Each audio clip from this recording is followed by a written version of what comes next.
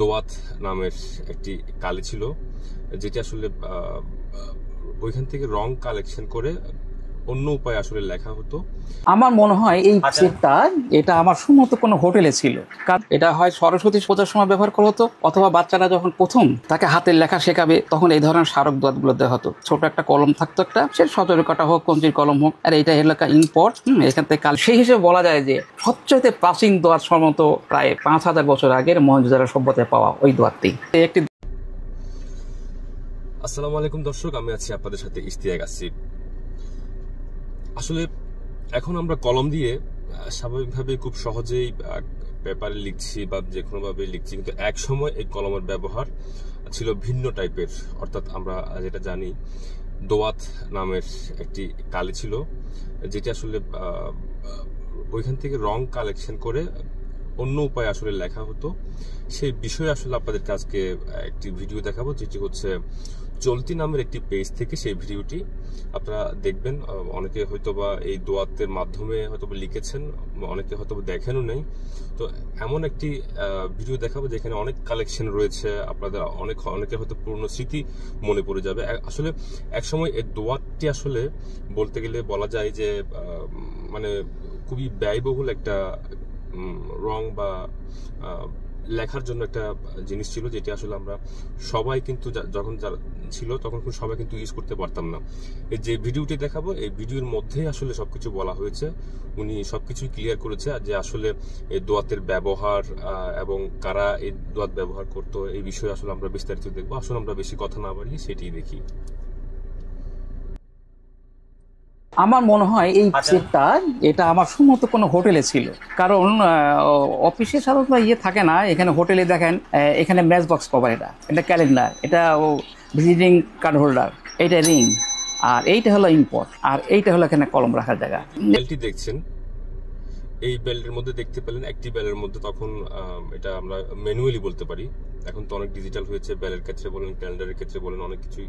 কিন্তু এই দেখেন একটা এটা কি বলবো, মনে হচ্ছে একটা প্লেটকে, আমরা টিনের প্লেটকে উল্টে দিলে যেরকম সেরকম একটি কিছু, এবং সেটির উপরে আসলে এই সব কিছু আছে। একটা বেল আছে, ক্যালেন্ডার রাখার জায়গা আছে, একটা মেসেজ দেওয়ার জন্য পেপার রাখার জন্য জায়গা আছে, এই ধরনের আরো পেন রাখার জন্য জায়গা আছে। মোটামুটি একটা প্যাকেজ বলা যায় আর কি। আসুন পরবর্তী ভিডিও দেখি।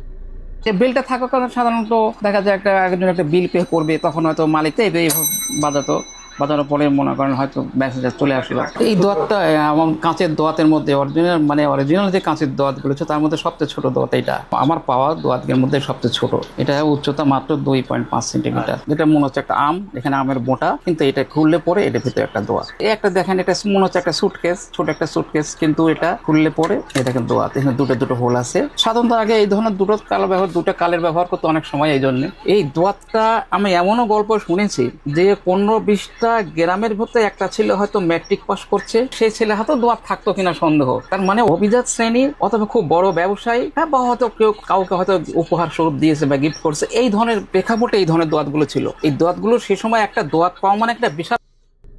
এই যে আমি শুরুতে যে কথাটি বলেছিলাম, আসলে যে দোয়াত তখন খুব অবশ্যই ব্যবহার ছিল, কিন্তু সেটি আসলে দোয়াত পাওয়া কারো হাতে থাকা মানে অনেক বেশি কিছু। আর এখন কিন্তু কলম কিন্তু সবার হাতের নাগালেই, অল্প দামের মধ্যেই কিন্তু কলম পাচ্ছি আমরা, কিন্তু তখন কিন্তু দোয়াত মানে কিন্তু বিশাল কিছু আসলে। গুলো সে সময় একটা দোয়াত পাওয়া মানে একটা বিশাল ব্যাপার ছিল সেই সময়।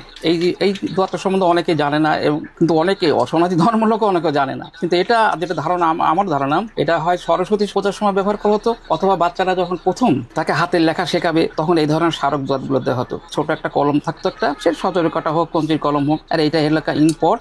এখান থেকে কালি নিত, এখান থেকে হয়তো ইগনো রাখতো, এখান থেকে চুবিয়ে লিখতো। লেখার ইতিহাসটা তো আমরা গ্রিক, রোমান এইসব সভ্যতায় আমরা দেখতে পাই, যেগুলো 2000-2500 বছর আগে তালপাতা পাণ্ডুলিপি পাওয়া গেছে। কিন্তু সবচেয়ে বড় একটা প্রমাণ পাওয়া যাচ্ছে সেটা মহেঞ্জোদারো সভ্যতায়। মহেঞ্জোদারো সভ্যতায় একটি মেটালিক ছোট একটা পট পাওয়া গেছে। তো অনেক পণ্ডিতের ধারণা এটা দোয়াত ছাড়া কিছু না, তার মানে এটাকে দোয়াতই বলছে। কিন্তু সেই সময় লেখাগুলো হয়তো কালের বিবর্তনে নষ্ট হয়ে গেছে, টিকে থাকেনি, কিন্তু ওটাকে অনেক পণ্ডিত ওটাকে দোয়াতই বলছে। তো সেই হিসেবে বলা যায় যে সবচেয়ে প্রাচীন দোয়াত সম্ভবত প্রায় 5000 বছর আগের মহেঞ্জোদারো সভ্যতায় পাওয়া ওই দোয়াতটি।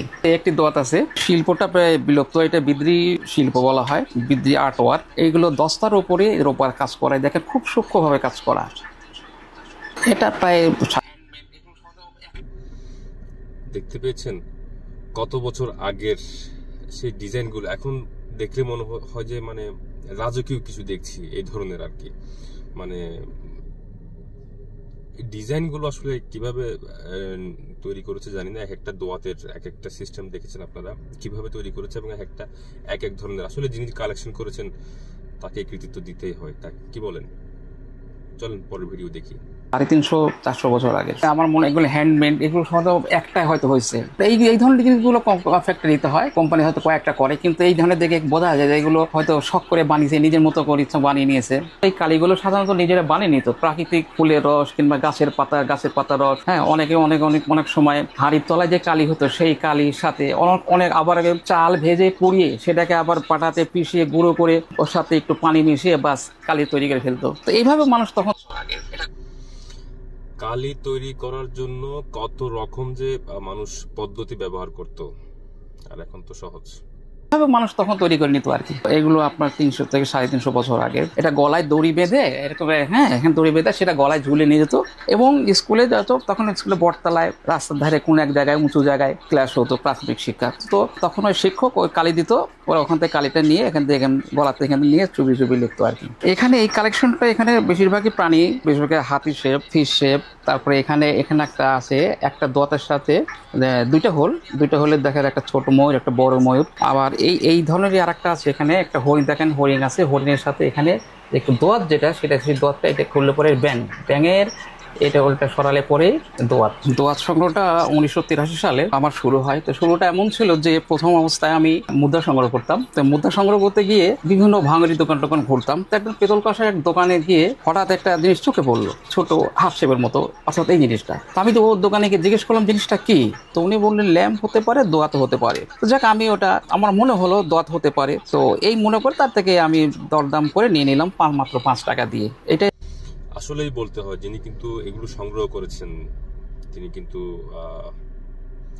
কি বলবো, তখন 5 টাকা দিয়ে এই জিনিসটি সংগ্রহ করেছেন, তখন কিন্তু 5 টাকা কিন্তু এখনের 5 টাকার সমান না। এটা কিন্তু বুঝতে হবে। দরদাম করে নিয়ে নিলাম মাত্র 5 টাকা দিয়ে। এটাই হলো আমার প্রথম সংগ্রহ। এরপরে আমি আরো আস্তে আস্তে সংগ্রহগুলো শুরু করি। তো 1983 সালে আমার মাত্র 2টা দোয়াত ছিল। তো ওখানে পাবনা একটা প্রদর্শনী হয়েছিল, সেই প্রদর্শনীতে আমি অংশগ্রহণ করেছিলাম। তখন আমাকে অনেকেই এই 2টা দোয়াত দেখেই বলেছিল যে এটা একটা ব্যতিক্রম জিনিস, এটা সংগ্রহ করা যেতে পারে। চলতি পেজকে যে এত সুন্দর একটা ভিডিও, এবং একই সাথে কিন্তু ধন্যবাদ দিতে হয় সেই মানুষটিকে যিনি আসলে নিজের শখের বসে আসলে এই দোয়াত সংগ্রহ করেছেন। আমরা এতদিন পরেও এসে কিন্তু সেই দোয়াত সম্পর্কে জানতে পারছি, শুধু তিনি কালেকশন করেছেন বলে। তো এই ছিল আজকের ভিডিও। সাবস্ক্রাইব করে সাথেই থাকবেন, এবং লাইক এবং কমেন্ট যদি করতে চান করতেই পারেন। কে কে দোয়াত দেখেছেন, দোয়াত দিয়ে কে কে লিখেছেন। ধন্যবাদ সবাইকে।